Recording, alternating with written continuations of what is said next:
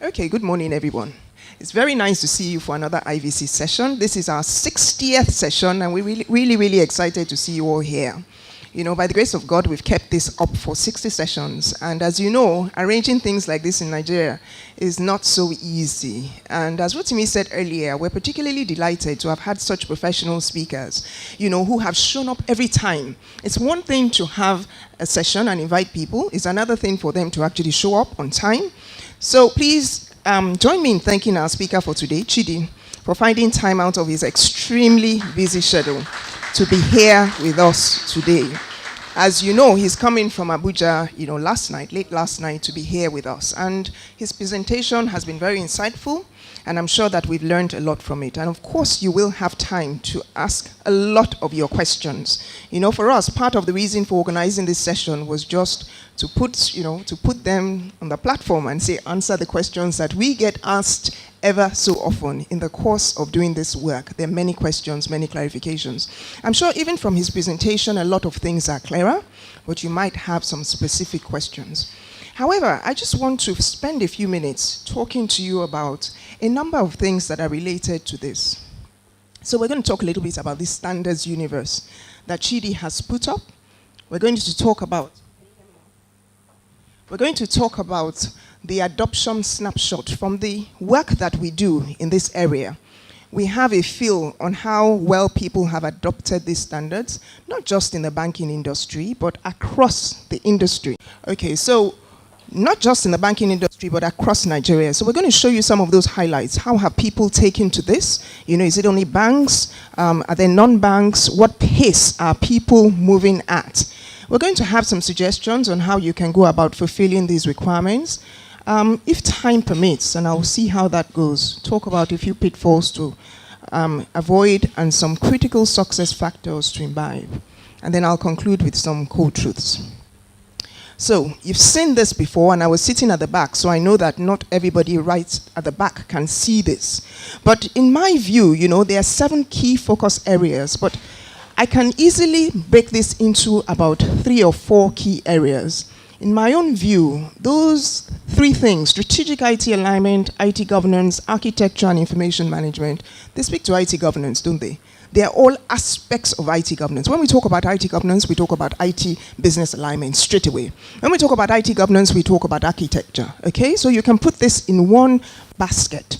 And then solutions delivery, service management, and operations. Again, this speaks more to service delivery and management, another basket. Information security, workforce, and resource. So this is security, this is people, projects, and stuff like that, change management. So that's my own way of just bringing it together. And then, of course, this is showing the priority that CBN has already laid out. And Chidi did say that, you know, we're sort of playing it by ear. We want to see how things evolve. So it's not cast in stone, but we believe that, you know, this is the intention. As things evolve, we know how to make the adjustments. Okay, so you can see that in priority 1, we've got service management, security, interfaces, and application reporting. There is some move to bring data center, which is in priority 3, to a priority 1 objective. In priority 2, and there is an overlap, you've got governance, project management, workforce and resource management, and so on. Okay, this shows it a little bit clearer in terms of the actual standards. So it's one thing to say our focus is on IT alignment, but what does that mean? What does that actually look like? You know, how do I know, or how does the regulator know if I have my IT and my business functions aligned? And so what they've done is to focus on standards, because you know you can't really argue with a standard. If we just say, oh, we'd like to see it aligned, then we start to argue about how well it's aligned and what does that really mean. But they've said, you know what, we want to have evidence of this alignment, we want to have evidence of your security by your certification, compliance with a standard or a framework. By the way, as you know, they're not all standards, and I'll be talking about that in a few minutes. Okay, so there are certain standards and frameworks that have been listed out here. In priority 1, we want to focus on ISO 20000 IT service management, 2222, which is around interfaces, 27001 information security, and then the reporting standard. Priority 2, we want to focus on COVID and the ISO 38500 standard. We want to focus on the project management frameworks and SOFIA, which is the skills for information, for the information age. It's a framework that was developed by the UK government. And then priority 3, you've got the data center, ISO 22301 business continuity planning, TOGAF, that's an IT architecture framework, operational health, safety, and security, and then finally CMMI going to ISO 15504, which is about process improvement. Another way to look at these frameworks is to use this life cycle, which tries to help you situate it within the point of view of what it is that it helps you to achieve. And I think this is helpful and instructive because it helps us contextualize each of these standards and frameworks. So you see that in the second box, we talk about addressing risks and setting constraints.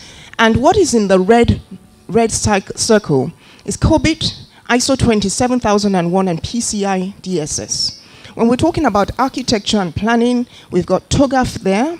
We're talking about change management and implementation. You've got the project management framework, CMMI and COVID, verification, the IT governance standard, ISO 38500, and then operation, you have standards like PCI DSS, ISO 20000, ITIL, COVID, 27001, and so on. But as I said earlier on, they're not all standards. Some are frameworks, some are standards. So this helps you to understand. And what is the difference really between a standard and a framework? You cannot get certified to a framework or a methodology. You can get certified to a standard. Okay, so that's very important. And not all of these standards actually today offer certification. That's something else to note. So we've tried to put this in 3 boxes. Standards with certification, different versions. So clearly you've got PCI DSS, ISO 27001, Information Security, Service Management 20000, 22301, Business Continuity Management. Now the framework or the CBN baseline actually just talks about OHAS, Operational Health, Safety and Security. But I assume that the reference there is to the standard, the 18,000 standard. So, and that standard, from what we hear, is being transited into an ISO standard. It's actually currently a business continuity standard, but it's been transited into the ISO 45001 standard. Data center tier is a standard. You can get certified on it, or your data center can get certified on it. And then the 15504, which is about process improvement. Now, the standards that are yet to be certifiable, that means you can implement it, but you cannot actually have an auditor come in and certify you. So things like the IT governance standard, 38500, and so on. And then the ones that you cannot really get certified on, you can implement them, but you can't get certified on them. Some of them have ways of assessing your level of implementation, but you don't get any form of certification. Okay, so here you've got COVID-5, so you can get an assessment on what my maturity level is for COVID-5, but you cannot get certified on COVID-5 as an organization. Prince 2, PM book, again, those are frameworks, not standards. TOGAF, CMMI, you can be assessed to a specific level.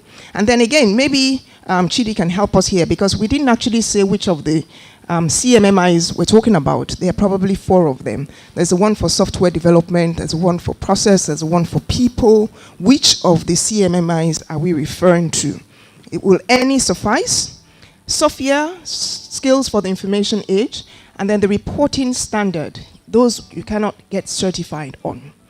Another thing that we've done here is to try and help you associate related standards, because from an implementation point of view, it helps. So is it possible for me to implement 2 standards at once? Yes, if you have the capacity and the capability, and we've supported some of our organization, some of our clients to implement at least 2 standards. But be careful, the other end of the spectrum is where we've seen people try and implement 5 standards at once.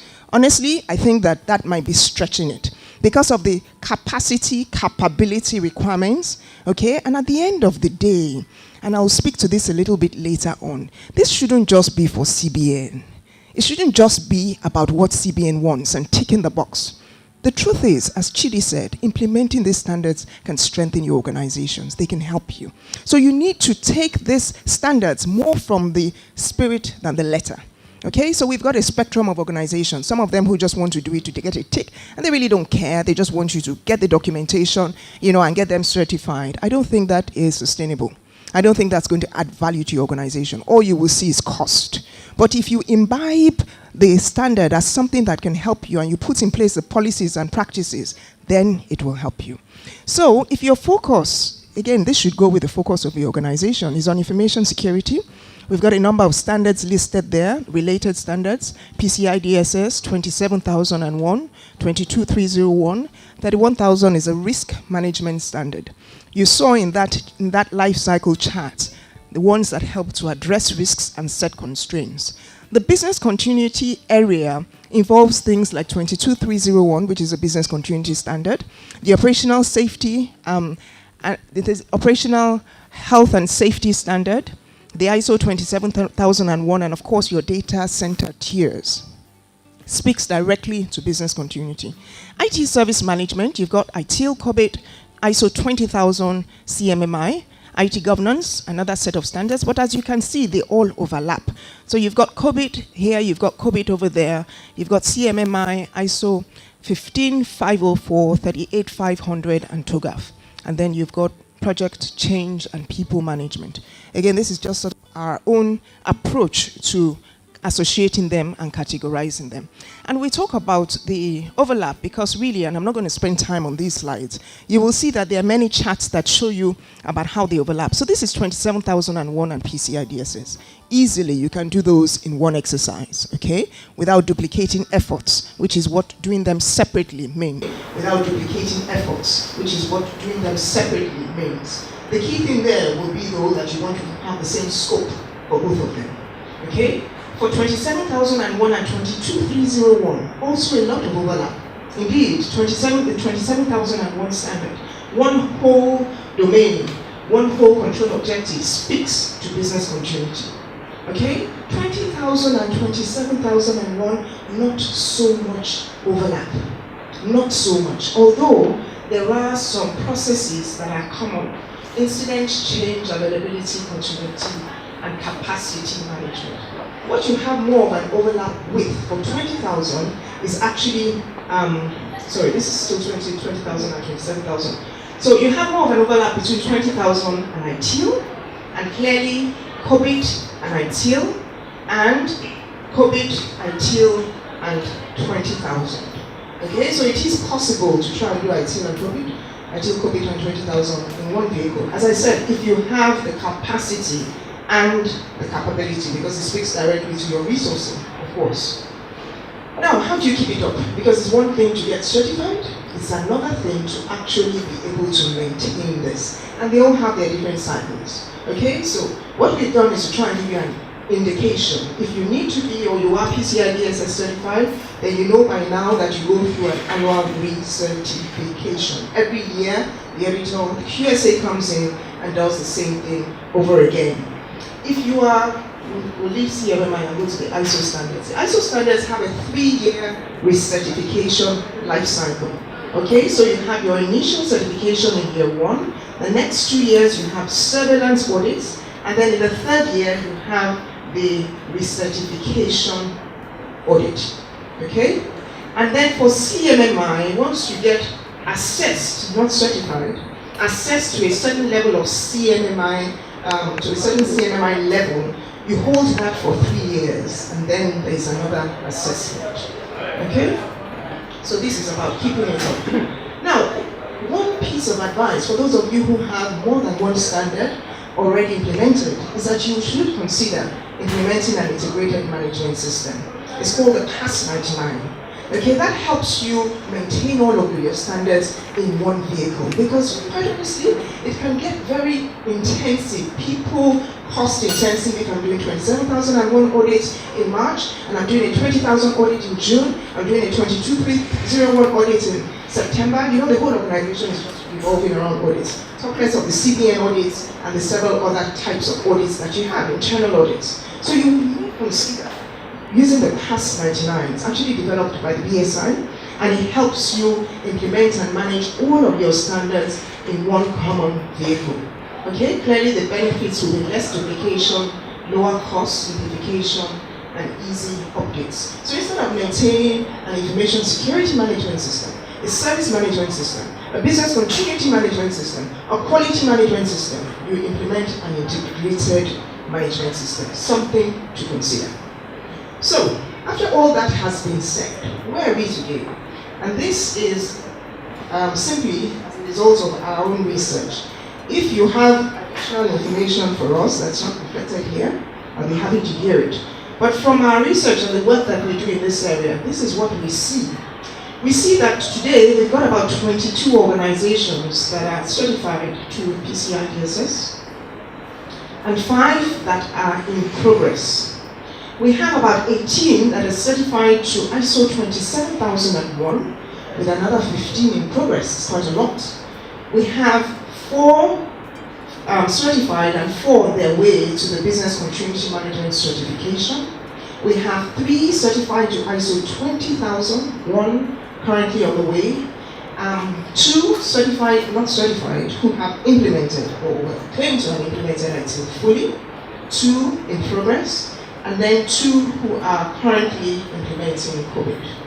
Okay, so this is what we see, and this is across banks, by the way, not just banks, service providers, government institutions, you know, the whole hub, all the organizations that have been certified so far in Nigeria.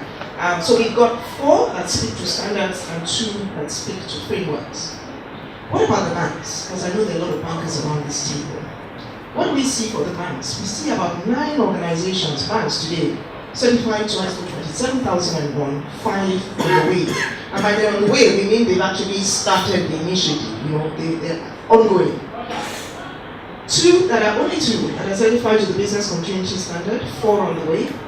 Only 1 bank so far certified to ISO 20000, 2 on the way. 1 implementing ITIL seriously, 1 who has implemented ITIL fully, and about 1 bank implementing COVID. Okay, that's what we see.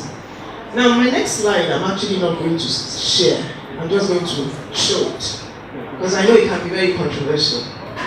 That's my next slide.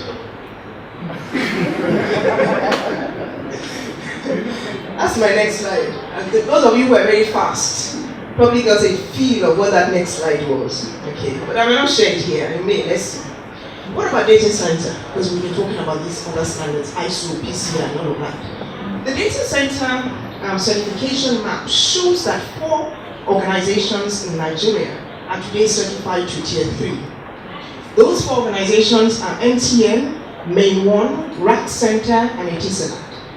Their data centers are at the Tier 3 grade. As you can see, none of them is a bank. Okay? Now, when I was doing some research recently, I saw 1 or 2 other organizations that were claiming to be certified, but I couldn't find their name on the Uptime Institute website, so I'm not quite sure what's going on there. So, in terms of the data center tiers, there are 4 levels, and level 3, which is what the CBN is advocating, is focused on large businesses. It aims to deliver 99.982% uptime, as opposed to, by the way, 99.749 at level 2.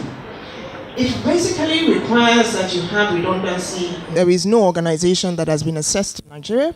I know of 1 or 2 that are about to begin the initiative, who have progressed the discussions. But currently, if you look at this spread, we don't actually have Nigeria at all on this table. No organization has been assessed. Because once you're assessed, you are on the website, you're listed, and your level of assessment is listed. Okay, so if we go back to this, I'm going forward now. If we go back to this, you will see that it lists it based on the various types of CMMI categorization, which is why I said we didn't get that specification from CBN. Acquisition, development, people, CMI, okay? So you really need to choose which one you're going for. So a few things, a few myths around standards implementation that I'll just spend a few minutes debunking. For those of you who have gone far, for those of you who are just starting. The first one is that it's a piece of cake. What's the big deal? We just put documentation together and then we get certified. Actually not. You know, it can be very evolving, it can be quite time consuming, it requires management support, it requires the team to commit time to it, it requires detail orientation. You know, there's quite a lot that is required. So don't go about it in a way that shows that you're not prepared. You're likely to find that you are challenged. I'll give you an example. I remember when the CBN first of all came up with the injunction for PCI with a mandate, basically, that banks had to be certified by a certain time. By divine coincidence, if we can call it that way, you know, we had actually arranged an IVC on PCI DSS that morning.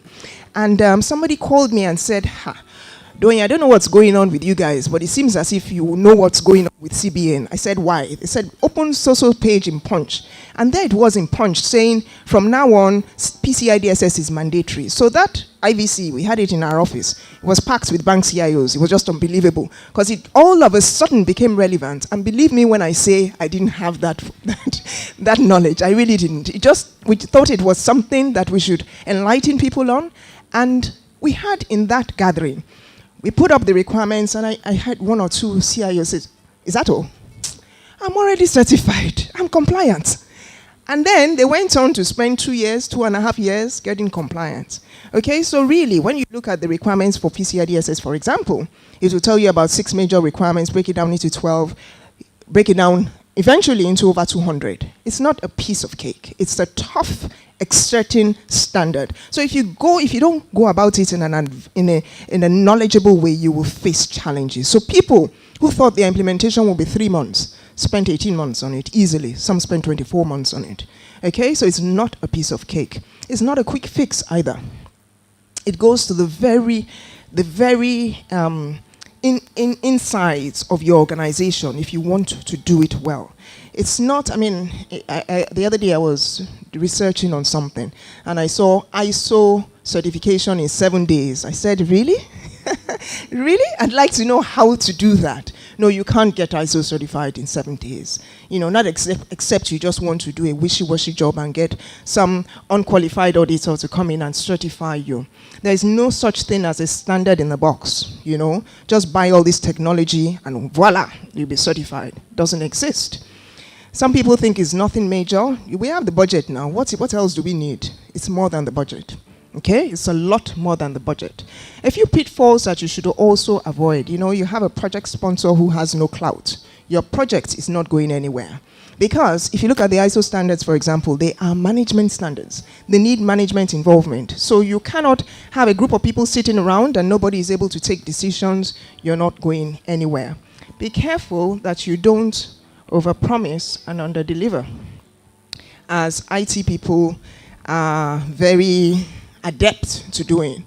So again, you say, you commit to your management team, we'll do it in 4 months. And then you put your consultants and your whole team under such crazy pressure. You know, let's be realistic, given where we are and where we want to be. So, promise only what you can deliver. Try to avoid shortcuts. Usually ends up with some confusion. Yeah? Something like this. Not quite sure whether this person knows which side their head is screwed on. And then the standards are not a silver bullet, you know. So when you implement ISO 27001, it doesn't mean that you have no information security breaches. It doesn't mean that you can just put up your feet and go to sleep because, by the way, we're ISO 27001 certified. No, it doesn't happen like that. You have to have ongoing vigilance, okay? And then, of course, try and maintain focus. Don't really aim for 100% compliance because there really is no such thing. A few critical success factors to share. As we said, have active sponsor support, scope correctly. And I'm sure that we will have some questions to Chidi on scope because we've got multiple, millions of questions on scoping. So I hope you are ready. I'm giving you advance warning, Chidi. I hope you are ready. Have your resources available, choice resources. Sometimes people want to dump all the resources that you know you won't miss in your team. Let them go to ISO projects. It's okay. I'm giving you these people now. Is there a problem? There is a problem. There is a problem. That's why you're giving me these people. Give me your best hands and you will be surprised at what you get.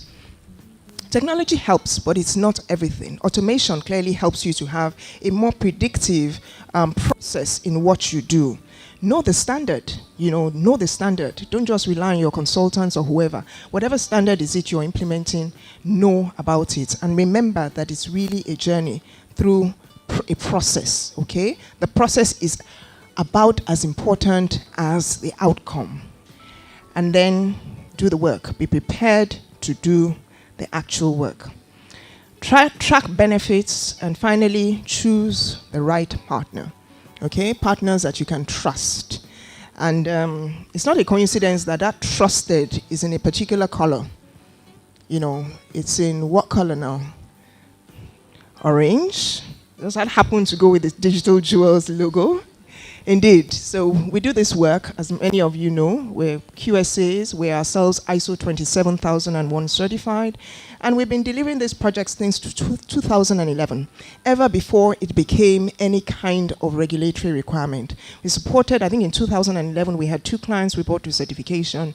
And to date, we have the largest market share in this area, not just in Nigeria, but across about 9 countries in West Africa. So, in closing then, it's important to say that compliance, you need to balance compliance and performance. And that really is what governance is about. Okay? If you look at the banks, when we had a situation where the balance between performance and compliance, usually in favor of performance, tipped to the wrong end, we had failed banks, we had problems. So compliance and conformance have to be balanced, or conformance and performance have to be balanced. As you saw from Chidi's presentation, the standards are not going away. The CBN has, in my view, hinged on something that is going to help the whole industry as a whole, and we expect that other regulators will follow suit.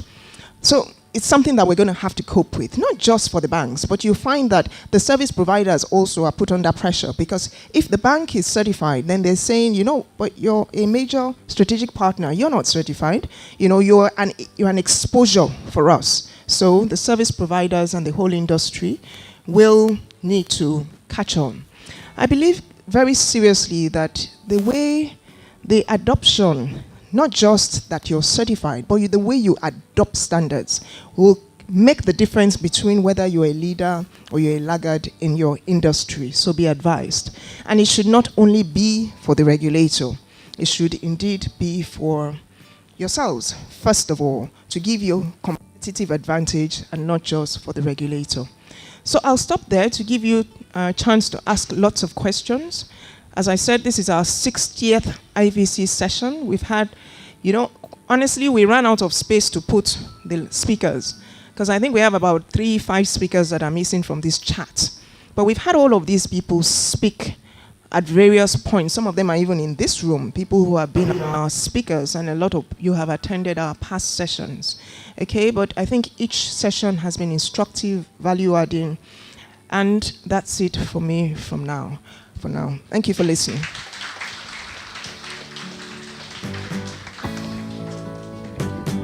Thank you. Let's put our hands together once more.